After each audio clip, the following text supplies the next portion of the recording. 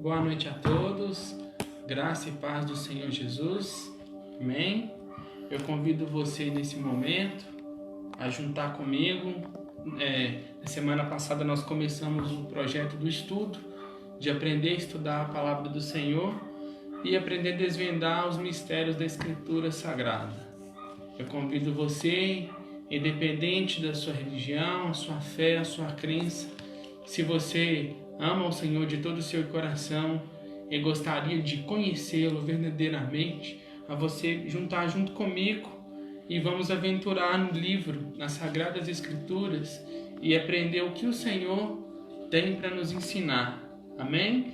Na semana passada nós começamos do capítulo 1 de Gênesis. Estávamos falando ali sobre a criação dos céus e da terra e que cada detalhe da criação faz referência ao projeto de Deus na vida da sua criação e que reflete a glória dele mesmo em nós. Amém? Nós vamos continuar hoje a partir do capítulo 2 todinho.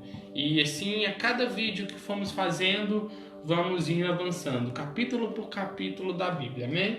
Mas antes vamos orar, vamos pedir ao Senhor para que Ele abra os nossos entendimentos, os nossos olhos e os nossos ouvidos, na nossa alma e no nosso espírito, para Ele falar conosco e testificar aquilo que o coração dele tem para nós. Amém?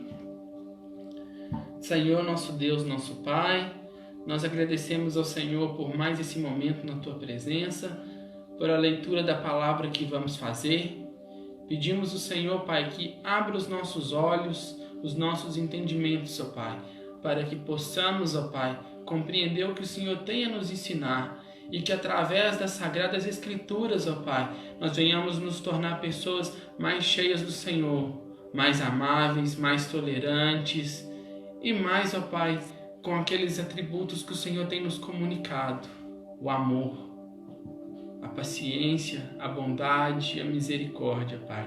E que através disso o Teu Espírito venha, Pai, testificar claramente no nosso coração, Pai. Que o Senhor venha falar no coração de cada pessoa. É o que eu peço ao Senhor. Em nome de Teu Filho Jesus. Amém. Amém? Então vamos lá. Gênesis, capítulo 2. Eu vou fazer a primeira leitura, como eu fiz no outro vídeo. A gente leu todo o capítulo e depois eu vou tentando explicar os tópicos principais que o Senhor quer nos ensinar dentro do capítulo, de acordo com cada versículo. Amém? Gênesis, capítulo 2, do versículo 1 em diante. Assim foram concluídos o céu e a terra com todo o seu exército. No 7º dia, Deus já havia terminado a obra da terra. Nesse dia descansou de todo o trabalho que havia realizado. Então abençoou Deus o 7º dia e o santificou, porquanto nele descansou, depois de toda a obra que empreendera na criação. No 4 em diante, na sua Bíblia deve ter escrito assim: a origem da humanidade, algum texto referente à criação do homem. E essa é a história do início da humanidade. No tempo em que Yahvé, o Senhor, criou o céu e a terra, não havia ainda brotado nenhum arbusto sobre a terra, nenhuma erva dos campos tinha ainda crescido, porque o Senhor não havia feito chover sobre a terra, e não havia homem para cultivar o solo. Entretanto, fontes de água brotavam da terra e regavam toda a superfície do solo. Então o Senhor modelou o ser humano do pó da terra, feito de argila, e soprou em suas narinas o fôlego de vida, e o homem se tornou um ser vivente. Ora, o Senhor havia plantado um jardim na região do Éden, no Oriente, para os lados do leste, e ali colocou o ser humano que formava. O Senhor Deus fez nascer do solo toda espécie de árvores agradáveis aos olhos e boas para alimento. E no meio desse jardim estavam a árvore da vida e a árvore do conhecimento do bem e do mal. Anote isso aí, tá? Uma é no centro, a árvore da vida e a árvore do conhecimento do bem e do mal. Duas árvores. Na região do Éden, nascia um rio que irrigava todo o jardim e depois se dividia em 4. O nome do primeiro era Pison. Ele percorre todo o território de Havilá, onde existe ouro. O ouro daquela terra é de pureza excelente, terra na qual se encontra o bidélio, raro perfume e valiosa pedra ônix. Segundo o que percorre toda a terra de Cush, é chamado de Gion. E o terceiro rio flui pelo lado leste da Assíria e é conhecido como Tigre. E o quarto rio é o grande rio Eufrates. Assim, Yahvé, o Senhor, tomou o homem e o colocou no jardim do Éden para zelar por ele e nele fazer suas plantações. O Senhor deu a seguinte ordem ao homem: comerás livremente o fruto de qualquer espécie de árvore que está no jardim. Contudo, não comerás da árvore do conhecimento do bem e do mal, porque no dia que dela comeres, com toda certeza morrerás. Então declarou Yahvé, o Senhor: não é bom que o ser humano viva sem a companhia de um semelhante. Farei para ele alguém que o ajude e a ele o corresponda.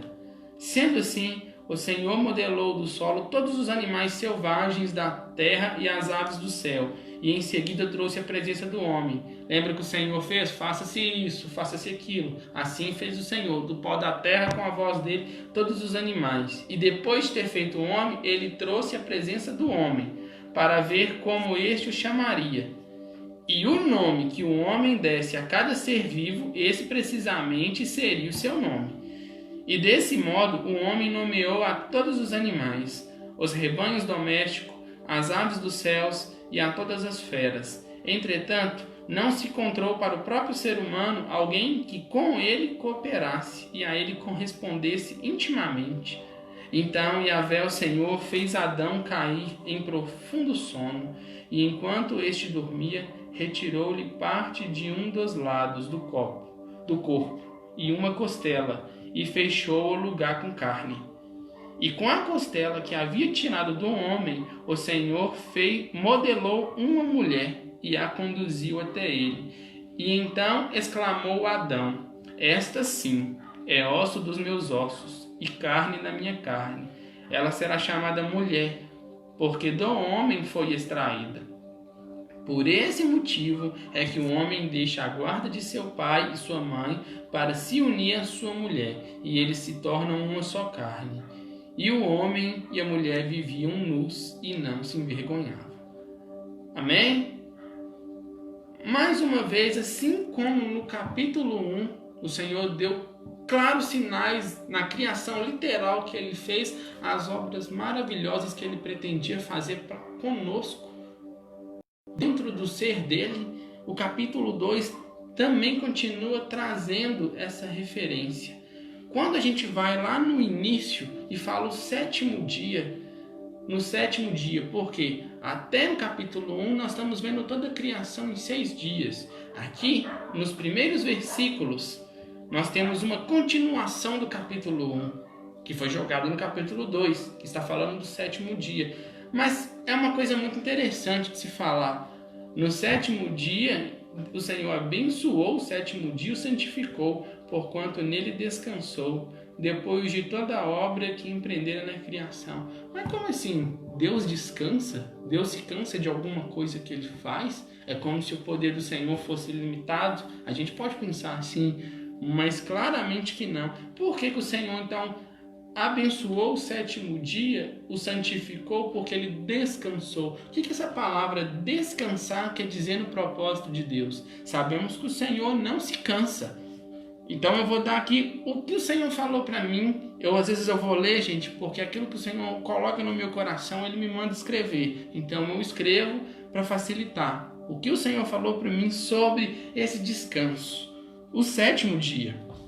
O Senhor criou toda a terra e fez todo o processo de reforma dela em apenas 6 dias. Mas no sétimo dia descansou e santificou este dia.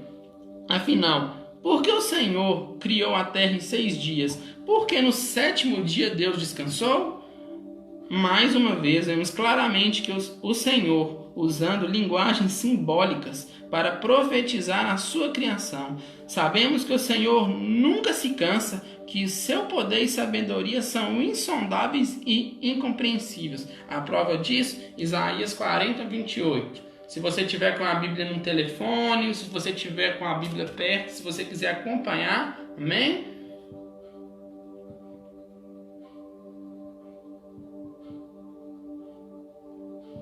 Isaías capítulo 40, versículo 28. Não sabes?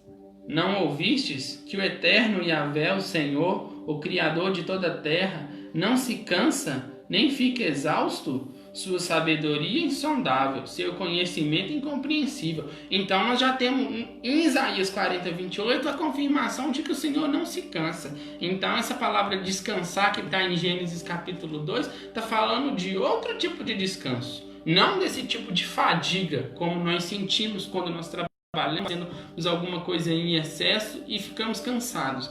O Senhor não tem isso, porque Ele é o próprio infinito, se resume ao Senhor. Amém? Então, os 7 dias que marcam o início da criação foram uma linha de tempo que Deus criou para trabalhar os seus planos com a sua criação, sendo o 7º dia o dia da completude de Deus para a criação. Anota isso aí. O 7º dia fala da perfeição, a ação de Deus da forma mais perfeita que Ele fez para a criação, dentro de uma linha de tempo.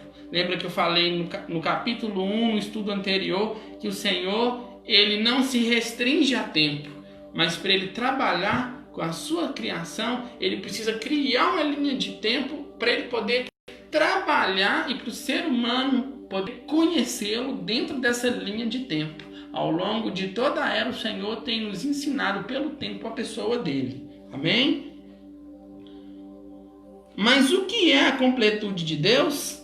A completude de Deus é a perfeição de Deus na criação. Tudo que Deus fez é perfeito. Ou seja, no 7º dia ele contemplou, o descansar é contemplar. Ele contemplou a criação e para a criação, porque ao mesmo tempo que ele contempla a criação que ele fez, ele envia o próprio Filho como criatura, sendo o Criador para a criatura. Você está me entendendo? Ele se faz, sendo Criador, se faz criação para a própria criação, para a criação poder entender ele. Lembra que Jesus disse: eu sou o caminho, a verdade e a vida? Ninguém vem ao Pai senão por mim. Jesus está falando assim: olha, se vocês querem entender o Criador, tentem me entender, porque eu reflito o Criador. O Criador está em mim. Amém? Então nós precisamos entender isso. O 7º dia está falando de Cristo, de Jesus. Amém? Esta perfeição é Cristo Jesus, que sendo Deus, não se julgou igual a Deus, na qual ele foi fiel até a morte, e trazendo o homem pecador de volta para Deus. É óbvio que nessa linha do tempo que nós estamos falando em Gênesis 2, o homem ainda não havia caído, mas o Senhor já sabia desde o início que ele ia cair. Então, desde antes da fundação das coisas, o Senhor, sendo Criador, ele ia se fazer criação para poder resgatar a criação. Antes de tudo acontecer, ele já tinha um plano arquitetado. Amém? O 7º dia, que é o descanso, fala exatamente do dia em que Cristo virá sobre a terra e governará em paz e justiça, em nome do Pai. Ou seja, o nome do Filho está no nome do Pai. Nós somos salvos em Cristo. E por Cristo nós somos levados até a presença do Pai. E Ele veio, cumpriu o papel dele como sacerdote, sacrifício, pagando os nossos pecados ali na cruz. Ele mesmo se ofereceu como sacrifício a Deus para o nosso resgate, e um dia ele voltará. E esse 7º dia do descanso está falando disso. Se a gente pegar de Cristo até a volta dele, desde o início são 7 milênios. Se você for olhar, se você pegar a era da Bíblia de acordo com a cronologia do tempo que existe hoje, o antes de Cristo, depois de Cristo, dessa linha da história que a gente vê, se a gente for pegar isso de acordo com o estudo da Bíblia, de Gênesis a Apocalipse, até os dias de hoje, se você pegar da criação até Cristo Jesus, são mais 4 milênios. Na primeira vinda, que ele veio para se oferecer como sacrifício, e ele voltou ao Pai. Da volta dele para poder voltar como rei e trazer paz e justiça, da primeira vinda até a segunda, são exatamente 3 milênios.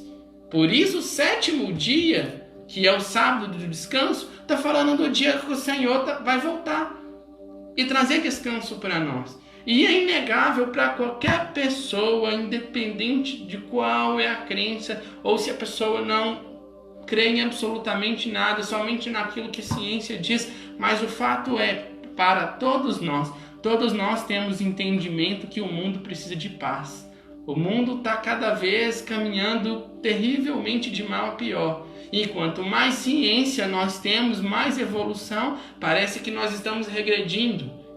A gente está vendo aí nos jornais notícias que a gente não acredita. Atitudes que a gente fica assim, meu Deus, em pleno século XXI, isso não pode estar acontecendo. Mas está acontecendo. E essas coisas só vão ter fim no 7º dia. Se o Senhor criou um 7º dia para o descanso, Ele está falando assim, no dia que meu filho voltar, vocês realmente terão paz. Então apega-se a isso. Apega-se ao dia da vinda do Senhor. Nesse dia teremos paz. Amém? Só para você ter uma ideia de como é fato que Ele vai voltar, abre comigo em Salmos, do capítulo 2, vamos ler do versículo 6 ao 10. É tão fato isso que eu estou falando que a própria Escritura, ela testifica que Ele vai voltar para fazer acontecer o 7º dia. Amém?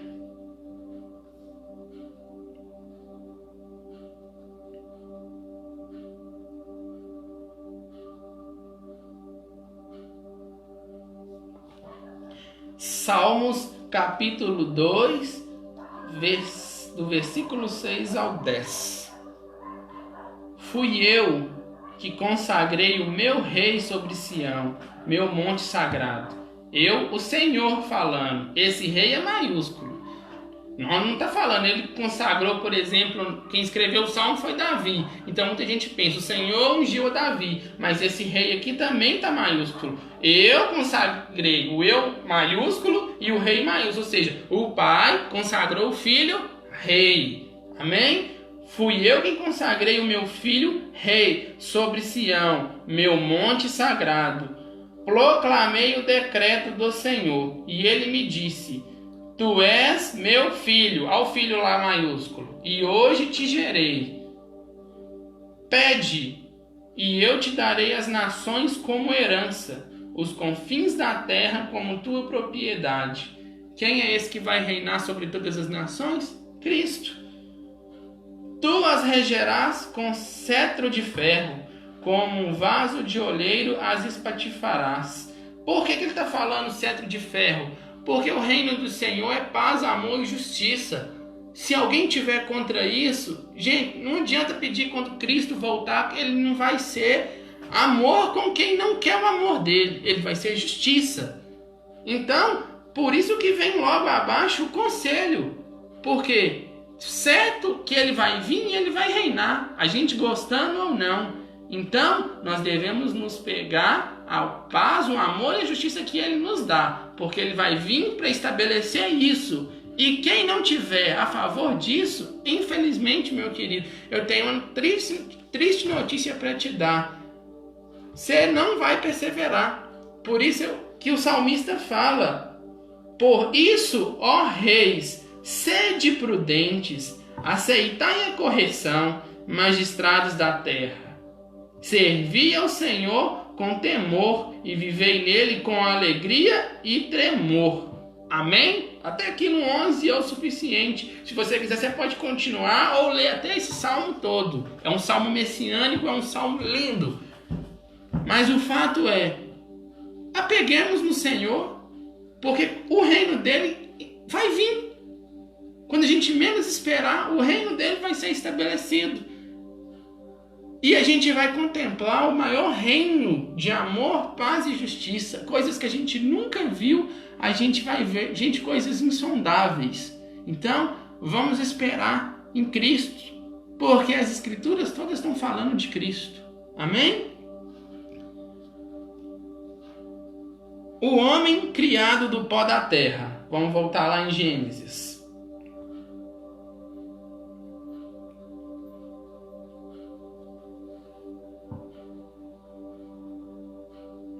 Só um momento. Então, versículo 7. Então o Senhor modelou o ser humano do pó da terra, feito de argila, e soprou em suas narinas o fôlego de vida, e o homem se tornou um ser vivente. Glória a Deus. Aí a gente imagina lá no barro, não sei se você imagina o Pai, o Filho e o Espírito, ou só Cristo, não sei como você imagina. Se ele estava fazendo na argila ali, o ser humano estava deitado no barro, se ele estava em pé, se ele estava sentado, não importa para mim esse pensamento. O que importa para você pensar é que quando eles estavam ali modelando o ser humano, que eles de fato, literalmente fizeram um ser humano do barro, da argila, e o Espírito soprou nele o fôlego de vida, ele passou a ser a alma vivente, ele estava profetizando. Tudo que o Senhor faz literal também é espiritual e profético. Então, você pense nas coisas literais que fala na Escritura, mas já pensando lá na frente. É como se você estivesse trabalhando, fazendo uma engrenagem, mas já pensando que aquela engrenagem tem que encaixar com a medida X para ela terminar certinha lá na frente. Como um time de futebol bem entrosado. Assim é as Escrituras. Elas nos levam a pensar amplo. Por isso que a palavra do Senhor faz. Ele nos faz voar em lugares altos. Amém? E quando ele estava formando o ser humano, ele estava falando de Cristo. Como assim, Thais? Quando o Senhor Jesus, o Pai, o Filho e o Espírito estavam ali fazendo o homem, sabe como que eu imagino a conversa? Era o filho falando com o pai assim: Pai, dentro de pouquíssimo tempo, para eles vão ser 4.000 anos, mas para nós é 4 dias, porque a palavra do Senhor fala que 1.000 anos para Deus é como um dia. Então o filho falou assim: daqui 4 dias sou eu, vindo assim, em matéria. O homem foi feito exatamente à imagem e semelhança do Criador. Até profeticamente, o primeiro homem é um protótipo perfeito que o Senhor Jesus se manifestaria em carne. Você lembra que no capítulo 1 eu falei que quando o Senhor fez a terra e fez brotar da terra as árvores, o Senhor estava profetizando ali que da terra ele viria. E que Cristo estava nas árvores e nós enxertados nele. E é exatamente a mesma coisa no capítulo na criação do homem, formado do pó da terra. O Pai, o Filho e o Espírito estavam fazendo Adão, já profetizando que lá na frente o Filho ia vir em carne. Vou te provar isso. Quando Deus fez a terra e as árvores no terceiro dia, ele estava profetizando sua vinda em carne entre a criação. E o fato do homem ter sido formado do pó da terra comprova essa profecia. Assim como o homem veio do pó da terra, Cristo nasceu de uma mulher. Lá em Mateus, em Lucas, fala que Cristo nasceu pelo Espírito de quem? De Maria. Amém? Então, Maria é descendente de Adão. Então, Cristo também veio da terra como Adão veio da terra. A profecia cumprida.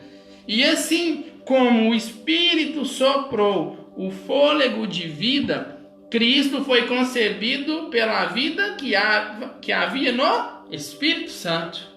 Porque tudo começa no Espírito Santo. Lembra que nos primeiros versículos de Gênesis 1 era: o Espírito parava sobre as águas. Porque o Espírito tem a vida e tudo começa no Espírito. Então, vamos estudar e ver a palavra do Senhor com amor e honrar esse Deus maravilhoso, porque tudo que Ele fez em nós, gente, é para testemunhar a glória dEle em nós e nos fazer participantes dessa glória e desse amor que Ele tem.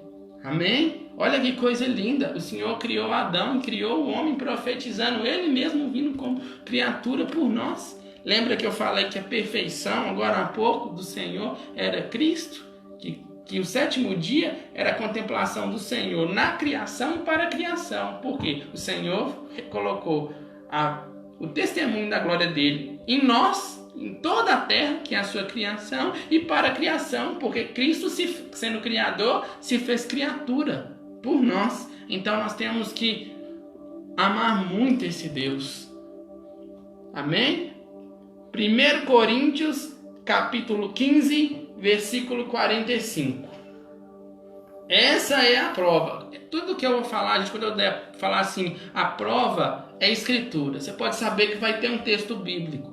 Porque ninguém pode comprovar mais as escrituras do que as próprias escrituras. Porque as escrituras é o próprio Deus falando para nós. Quando você quiser uma profecia do Senhor, você quiser aprender, saber o que o Senhor pensa, o que Ele quer, o que Ele deseja, o seu respeito, ao meu respeito, ao nosso respeito, antes de você falar com qualquer pessoa, vai nas Escrituras. Porque as Escrituras é a base daquilo que se pode saber do Senhor. Amém? 1 Coríntios, capítulo 15, versículo 45.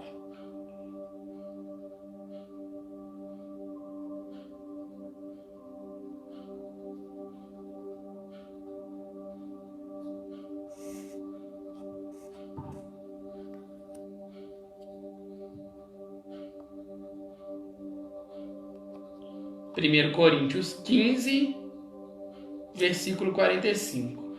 Da mesma forma está escrito: Adão, o primeiro homem, foi feito alma vivente.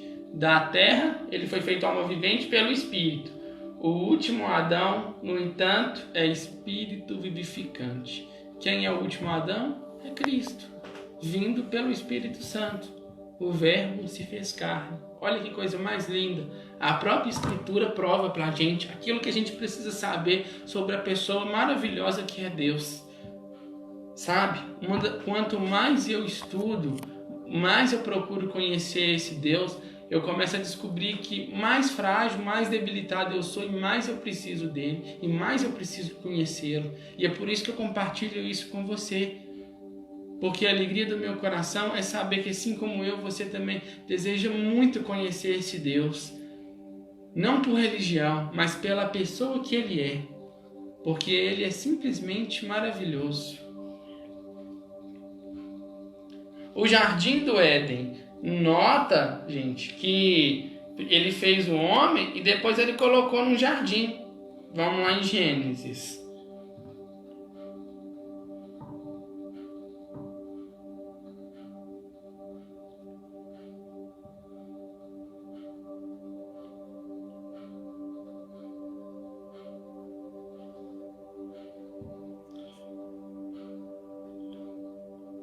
Ora, versículo 8. Só o versículo 8, tá, gente? Porque a gente já leu todo, então, só para focalizar mais. Ora, Yahvé, o Senhor, havia plantado um jardim na região do Éden, no Oriente, para os lados do leste. E ali colocou o ser humano que formasse. Olha que mais um protótipo. O Senhor vai usando as coisas para poder mostrar para a gente os segredos dele, que levam a conhecê-lo. Lembra aqui que eu falei que o sétimo dia é o dia do descanso, que o Senhor contempla e ao mesmo tempo prova a vinda de Cristo para fazer-nos descansarmos e ter paz mediante a tudo que tem ocorrido?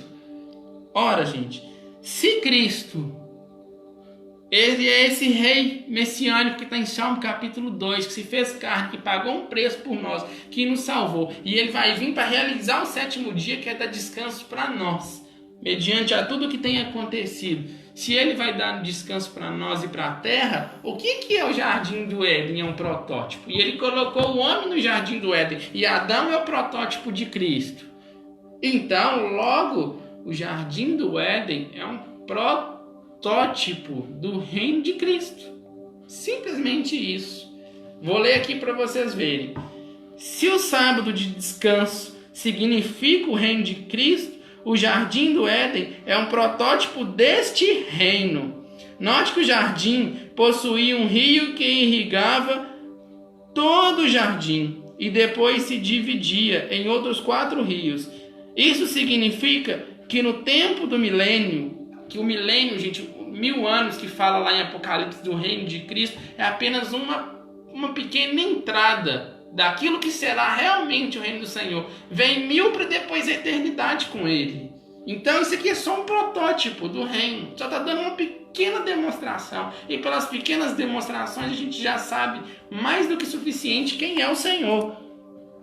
O jardim possuía um rio que irrigava todo o jardim. E depois se dividia em 4 outros rios. 4. Porque 4 é um referente ao número da criação. Tá? Isso significa que no tempo do milênio a ação do Espírito Santo será total na criação, por todos os lados da criação, gerando na criação a vida, a perfeição e a santidade que se encontram no Criador. Por quê? Lá um dos rios passa por um lugar que tem perfume. O perfume, a Bíblia fala que nós somos o bom perfume de Cristo. Pelo sacrifício do Pai, e nós conseguimos chegar até Deus e dar a Ele ofertas que agradam as narinas do Pai. Eu costumo falar que Deus não ouve adoração, Deus cheira adoração, Ele sente adoração pelas narinas. O ouro, porque o ouro é um dos metais mais nobres e mais puros.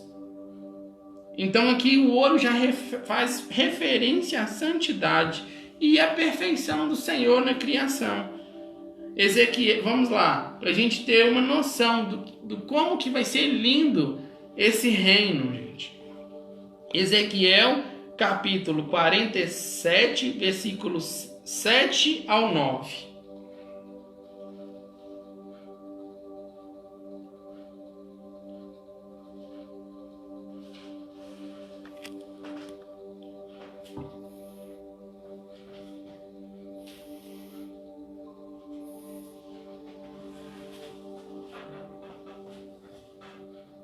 Ezequiel, capítulo 47, do versículo 7 ao 9.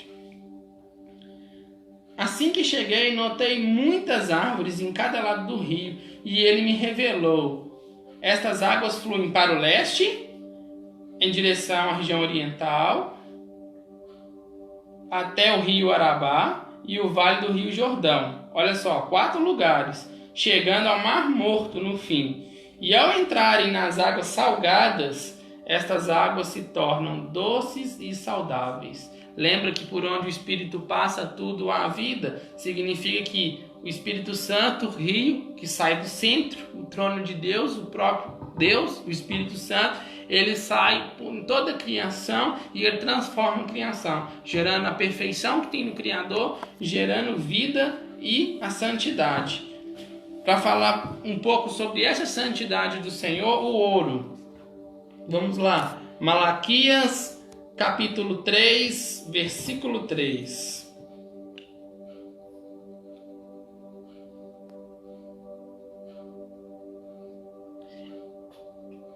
Malaquias, capítulo 3, versículo 3. Ele se assentará como refinador e purificador de prata, e purificará os levitas, e os refinará como ouro e prata. Assim passarão a apresentar perante Yahvé ofertas com justiça. O que quer dizer? O Senhor, além dele nos pôr perfeitos, cheios de vida, ele nos santifica pelo Espírito dele, com fogo que há do Espírito Santo. Ele coloca a imundícia para fora e nos deixa cada vez mais no padrão que o Senhor deseja de nós. Então nós não devemos fazer nada por nós mesmos, mas sim fazer como Cristo fez, fazer tudo pelo Espírito de Deus. E assim nós seremos transformados, amém? Então, o Jardim do Éden, ele é um protótipo perfeito do dia que Cristo vier reinar, o tipo de lugar que nós vamos estar com ele, um lugar cheio de vida, com pessoas cheias de vida, refletindo em nós a santidade do próprio Deus. Eu quero muito encontrar com você nesse dia. É uma das coisas que eu acho que eu passo quase que pelo menos uns 90% do meu dia pensando nesse dia.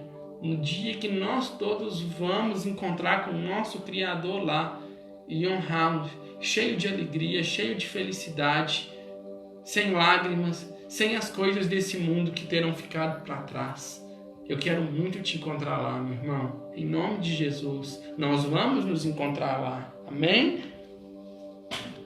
A árvore da vida. Lembra que no início eu falei lá em Gênesis capítulo 2 que no centro tinha duas árvores? A árvore da vida, a árvore do conhecimento do bem e do mal. Afinal, elas estavam lá literalmente com seus frutos, mas elas também têm representação simbólica na palavra de Deus que reflete para nós o nosso desejo de escolha. A árvore da vida representa Cristo e por ele temos vida com o Pai para sempre. O que está escrito em João capítulo 3, versículo 16? Porque Deus amou o mundo de tal maneira que deu o Filho unigênito para que todo aquele que nele crê não pereça, mas tenha a vida eterna. Ou seja, a árvore da vida não é nada menos do que Cristo. E nós podemos, por Cristo, ter acesso aos frutos dessa árvore todo dia e nele temos a vida. Basta nós querermos estar com ele. João capítulo 15, versículo 1 e 2.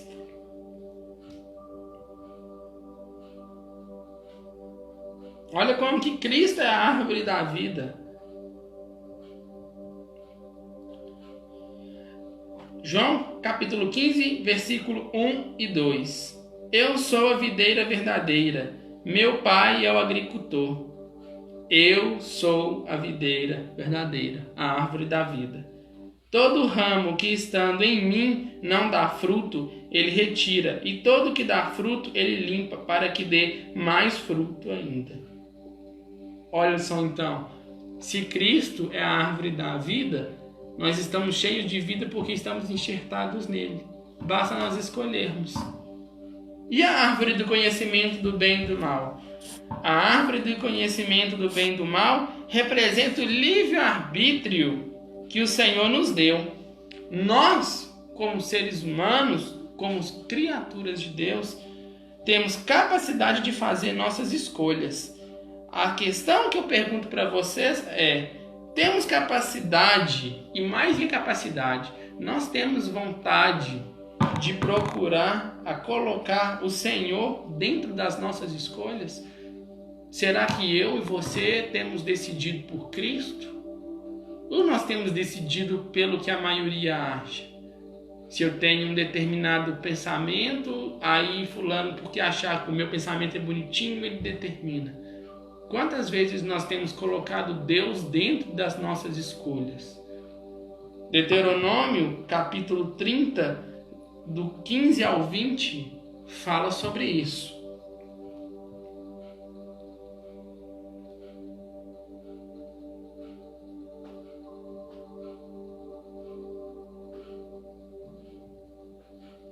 Deuteronômio, capítulo 30, versículo 15 ao 20. Eis que hoje estou colocando diante de ti a vida e a felicidade, ou a morte, destruição e infelicidade.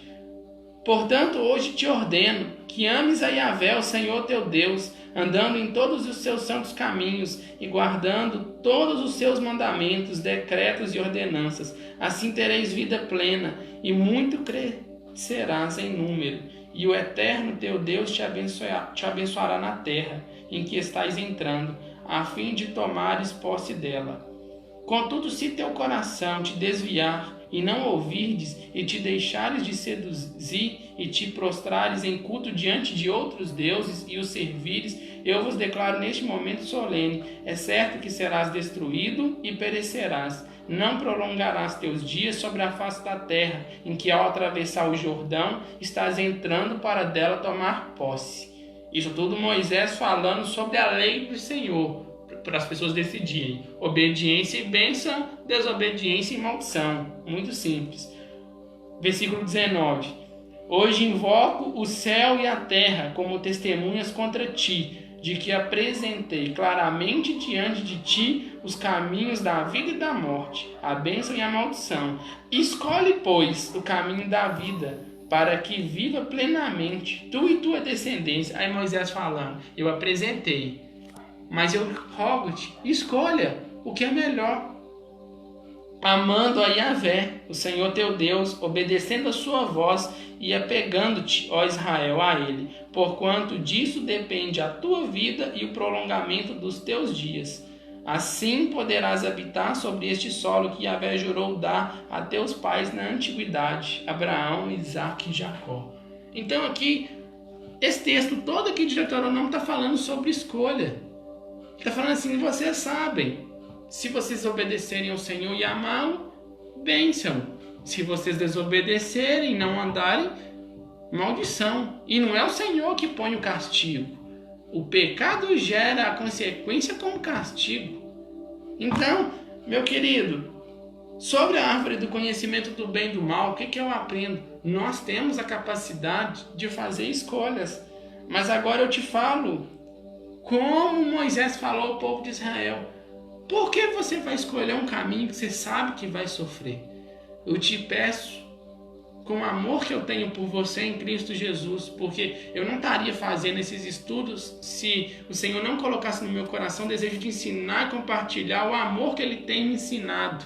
E assim eu passo para vocês. Então eu peço, escolhe o Senhor, procura viver uma vida reta diante dos olhos dEle.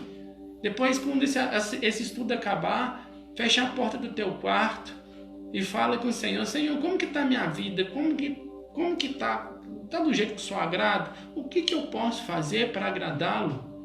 Uma conversa sincera. O Senhor é uma pessoa e Ele tem desejos e vontades, assim como eu e você. E o que Ele mais quer, meu amigo, é ser seu amigo, ser o seu melhor amigo, ser teu Senhor e o teu Deus. Amém? A criação da mulher. Vamos lá na parte da criação da mulher. Nós já estamos finalizando, amém? A parte, se não me engano, da criação da mulher já é a última e nós estamos fechando o estudo de hoje.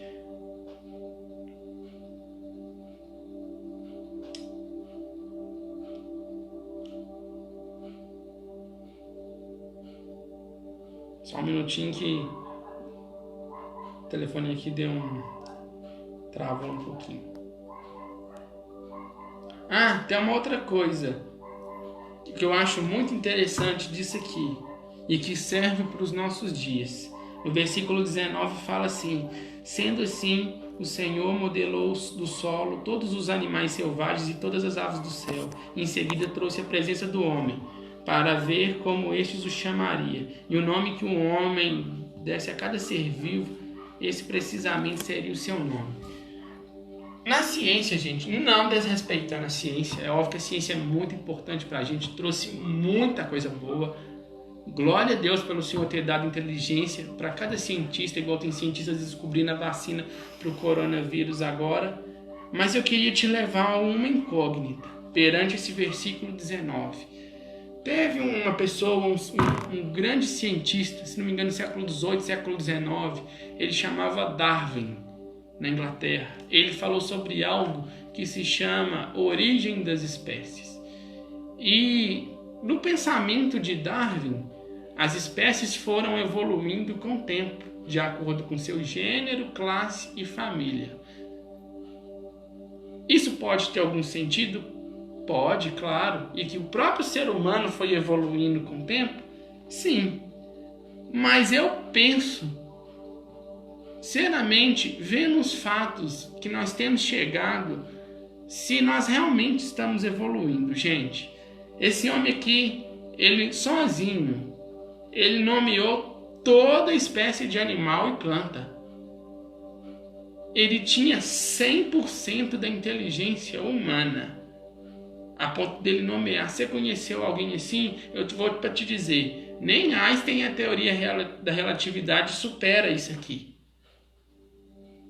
Porque ele tinha 100%, mas por causa do pecado, imagina nós usando 100% da nossa inteligência fazendo coisas erradas. E aí eu te levo à incógnita. Será que nós estamos realmente evoluindo? Eu falo isso porque faz sentido muita coisa que a ciência fala e ajuda sim, Mas perante a tanta evolução, tem compensado o ser humano. Parece que quanto mais ele descobre, mais tem conhecimento. Por outro lado, mais ignorante ele fica. Passou pouco tempo depois de Darwin, a tecnologia, que era para ser usada por bem, gerou 2 guerras mundiais que matou milhões de pessoas. E tem matado ao longo durante todo esse tempo. Quanta coisa ruim a gente tem feito usando a ciência que Deus nos deu para inventar coisas boas. Então, eu queria deixar essa pergunta. E depois você responde, se você sentir vontade, nos comentários. Será que nós estamos realmente evoluindo como seres humanos? Porque eu acho que sem Cristo, quanto mais conhecimento, mais ignorantes. Porque já fala que a sabedoria de Deus é loucura para o homem. E a sabedoria do homem é estupideza para Deus. Então, vamos pedir sabedoria que vem do alto. Porque antes de Adão cair, ele nomeou todo mundo. Ele não tinha conhecimento inteligente, ele tinha sabedoria que vinha do alto. Vamos pedir essa sabedoria para podermos caminhar conforme a vontade de Deus. Amém? Na parte da mulher, voltando para finalizar, então Deus, versículo 21, então Yahvé, o Senhor, fez Adão cair em profundo sono, e enquanto este dormia, retirou-lhe parte de um dos lados da costela do corpo, e uma costela fechou o lugar com carne. 22. E com a costela que havia tirado do homem, o Senhor modelou uma mulher e a conduziu até ele. Até aqui. Por que o Senhor, eu já me perguntei isso muitas vezes, por que o Senhor não modelou uma mulher do pó da terra igual ele fez com o homem? Por que ele tinha que tirar e fazer com a costela? Ou ele desse a voz, faça-se a mulher, como ele fez todo o restante da criação. Parece assim, a gente tentar entender a mente de Deus somente com a nossa natureza humana, a gente pira a cabeça, porque a gente não consegue achar razões. Mas o Senhor, pelo Espírito, Ele nos dá a resposta. Sabe por que o Senhor, Ele tirou a mulher de uma das costelas, Ele fez ela de uma das costelas, Ele tirou do homem?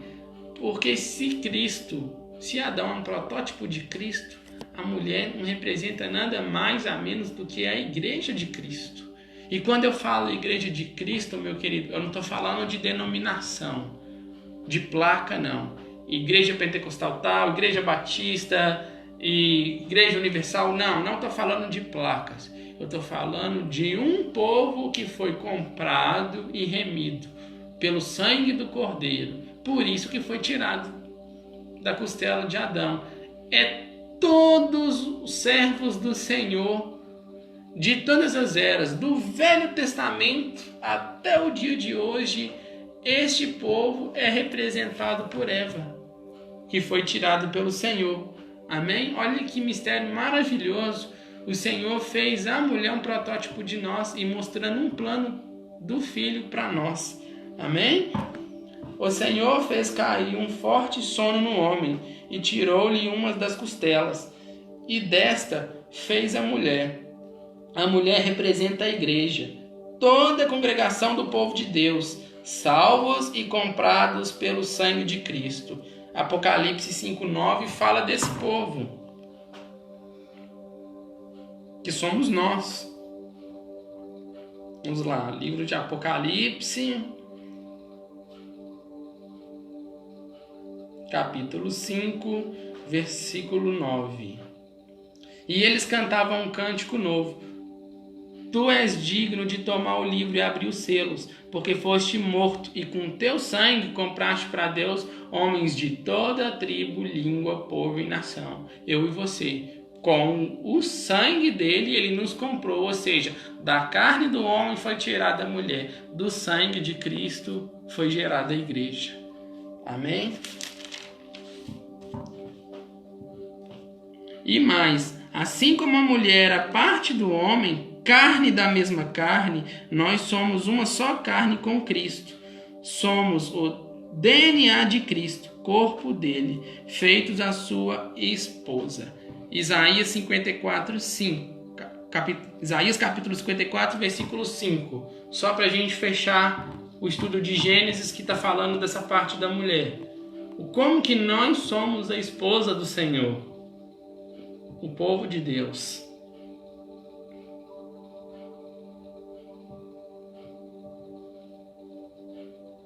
Isaías capítulo 54, versículo 5. Pois o teu Criador é o teu marido, o Senhor dos exércitos é o seu nome, o Santo de Israel é o seu Redentor, e ele é chamado de o Deus de toda a terra. Amém? Cristo é o Senhor. Jesus Cristo é o Senhor. E ele é o nosso marido. Então, ele nos comprou com o sangue dele. Com o sangue dele, ele embutiu o DNA dele em nós. E nós somos parte dele, corpo dele. Então, você que ouviu essa mensagem, esse estudo bíblico e conseguiu entender o projeto do Senhor, todo ensinado em Gênesis 2, capítulo 2 inteiro, está falando de Cristo e de nós e o que Ele pretende para nós. Amém? E foi isso que o Senhor ensinou a mim no capítulo 2 e é isso que eu compartilho com você. E eu espero que essa mensagem tenha edificado a sua vida. Amém? Vamos fazer oração para nós finalizarmos? Senhor, nosso Deus e nosso Pai, nós agradecemos ao Senhor por mais essa oportunidade de aprender mais um capítulo da Tua Palavra e ver o Senhor nos ensinando os propósitos e os projetos do Senhor para nós, ó Pai. Diante dos nossos olhos, apenas o Teu Espírito nos mostrando o que é a verdade, que é na Tua Palavra. Continue nos ensinando, nos sondando e nos modificando. Faça de nós, ó Pai, a Sua esposa, preparada para Ti, Pai, como Eva foi preparada para Adão, Pai. E nos prepare, Pai, para um dia estarmos nesse jardim maravilhoso com o Senhor, Pai. Eu peço, Pai, que cada um que ouviu a mensagem, Pai, que o Senhor venha abençoar de forma grandemente, Pai, e que a fome e sede de justiça, que é a palavra do Senhor, Pai, venha penetrar no coração de cada pessoa, Pai, para que mais sede eles venham ter dessa palavra e mais venham querer aprender do Senhor, Pai. Agradeço pela vida de cada um dos meus irmãos e dos meus amigos, ó Pai, que estão aqui assistindo esse vídeo e aprendendo, Pai, as pérolas da Tua palavra, Pai. Eu Te louvo e eu Te glorifico. Em nome do Teu Filho, Jesus, é o que eu Te peço, Pai. Amém. Amém. Que o Senhor abençoe a vida de cada um grandemente. Eu espero que esteja te edificando a sua vida, tá? Deixa os comentários aí. Se você tem dúvidas, gente, dúvidas quanto à Bíblia, essas passagens, alguma coisa, manda mensagem perguntando. Eu vou voltar a enfatizar isso.